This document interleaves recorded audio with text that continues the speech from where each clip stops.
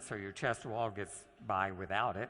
The surgeon can relocate it, and that's an artery supplying a new blood supply spliced into the coronary artery south of the obstruction, so that the muscle below the obstruction now gets new arterial blood supply from an actual artery. Right, it's a good solution. That artery is more stable than veins because it's used to seeing the high oxygen. This is a triple bypass. So there were 2 other blocked arteries on this heart, and you only have 1 thoracic artery, so you can only use that artery once. In this case, there are 2 vein grafts. So vein was harvested from this patient's leg, and you see there are 2 vein grafts that are spliced in at the top end. You can see there to the aorta, so they get new blood supply. And at the other end, which you can't see in this case because they're on the other side of the heart, they're spliced into also 2 more blocked arteries. Right? Those veins are going to be more problematic than the artery. The artery has a 10-year failure rate, maybe as low as 10 or 15%. The veins, 50% or more will fail by 10 years. So that's the problem with this surgery. So where does the Ohio State study come in? And I'm going to quickly take you through the results. It measured the wall thickness in human saphenous veins that were going to be used for surgery. The surgeon removes more than he needs because you don't want to run short of pipe if you're a plumber. So there's leftover pipe every time a person undergoes bypass surgery. That's what was used in this study. They were incubated either at low oxygen, and that's described here as the freshly isolated. They don't change if they're incubated in low oxygen, or at high oxygen. And after 2 weeks incubated, where the only variable really is high oxygen, you get intimal hyperplasia, you get wall thickening. So this was done outside living people in a laboratory model.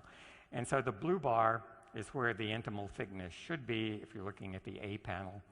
The red bar is after 2 weeks at high oxygen, and the wall has already thickened several-fold. And the green bar is the same kind of a culture, except Protandim has been added to the culture medium. And so even in high oxygen, the Protandim-treated veins have avoided intimal hyperplasia. The walls have not thickened. They're staying at the same thickness as in freshly isolated healthy vein. Here we're measuring the intima in panel A, the media, the next layer in panel B, and what you can see is with Protandim in the diagram on the right, the intima and the media layers are still thin. There's a big opening in this pipe. It's conducting lots of blood. The bottom picture is what happens if the thickening occurs, the red bars, and you can see that the area, a cross-sectional area, is reduced maybe by 80% in that diagram. So very little blood is now able to get through. So Protandim has blocked this process that's really the bane of cardiac surgeons, because they can do their surgery just fine, but if the consequences, even years, begin sometimes weeks or months, but certainly by years. I think I'm not going to dwell on this. I don't want to turn you into histologists, and these pictures may be ugly. But if you look at just A, B, and C, and you say one of these is not like the other, you might pick the middle one. So even if you don't know what you're looking at, it certainly looks different.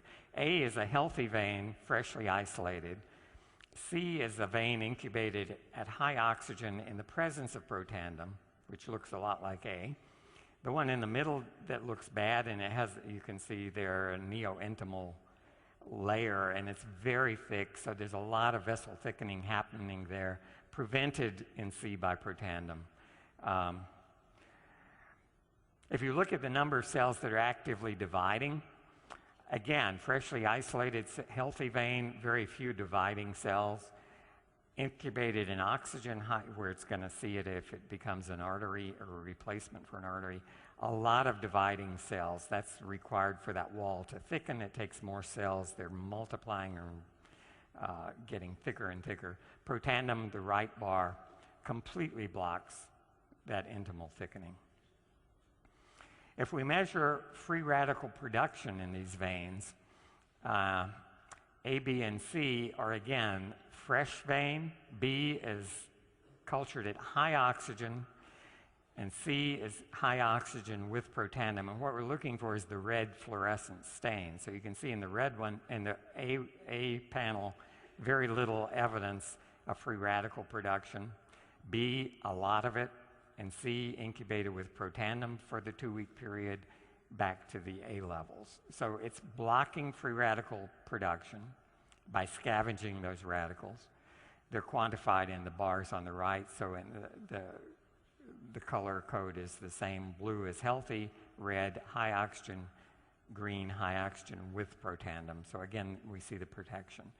This is looking at lipid peroxidation marker. This one is very closely related to T-bars, which was in our original study. It's a specific component of T-bars, 4-HNE.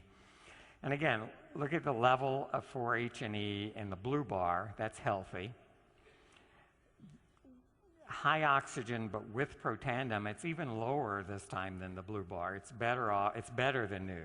It's better than the freshly isolated vein. But without Protandim at high oxygen, you can see a lot of this lipid peroxidation product, maybe 5 times more. And why is the vein protected with Protandim? Again, it's the same old story you've heard about in other studies. 3 important antioxidant enzymes have been sharply upregulated. Again, the blue bar is normal, healthy vein, incubated at high oxygen. The cells haven't induced the enzyme to protect them, but if we add Protandim, the green bar, all 3 of these enzymes are dramatically induced to provide the protection that you saw in the previous slides. This is another measure. In this particular case, catalase was focused on because there's a convenient specific inhibitor of catalase. Turned out that catalase is absolutely absolutely necessary, but not sufficient necessarily to provide the protection. But catalase is a key enzyme. That's one of the 2 we began this quest of Protandim studying, and it turns out to be certainly very important. So the conclusions are that the saphenous veins used in arterial bypass surgery suffer from oxidative stress, and that's no big surprise due to the higher concentration of oxygen in the arterial blood that they're now asked to carry. As a consequence of the oxidative stress, intimal hyperplasia or thickening of the wall occurs, and that can eventually lead to reblockage or restenosis. You may have heard that term used. Restenosis simply means that what was blocked and opened up is now reblocked. And the important part for us, Protandim prevented this wall thickening in saphenous veins cultured at high oxygen, suggesting that NERV2 activation may extend the life of arterialized veins in vivo. And I want to show, kind of out of time, but I want to mention angioplasty very quickly. This is a blocked artery, and you see it longitudinally and in cross-section with a big yellow plaque that's occluding part of the lumen. Here, a catheter has been threaded into up through the aorta and into the coronary arteries.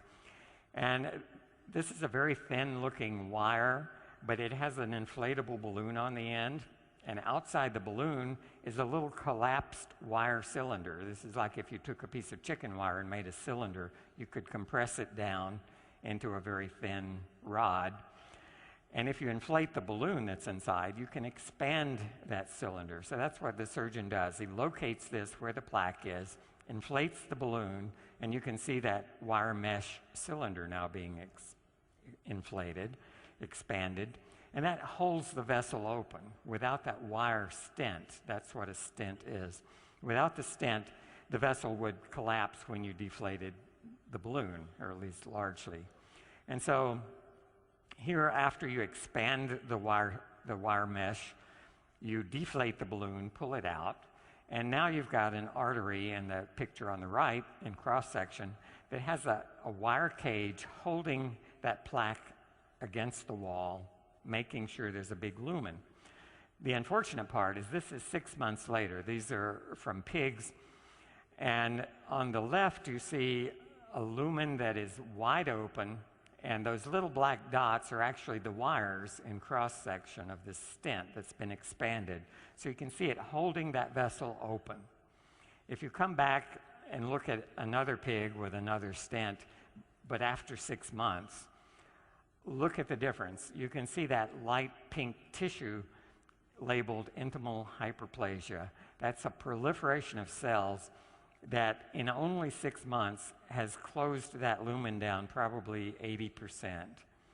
And that's the iatrogenic problem. It was created by placing the stent. The stent did a great job initially, but this is a problem with, and this is a bare metal stent. One of the ways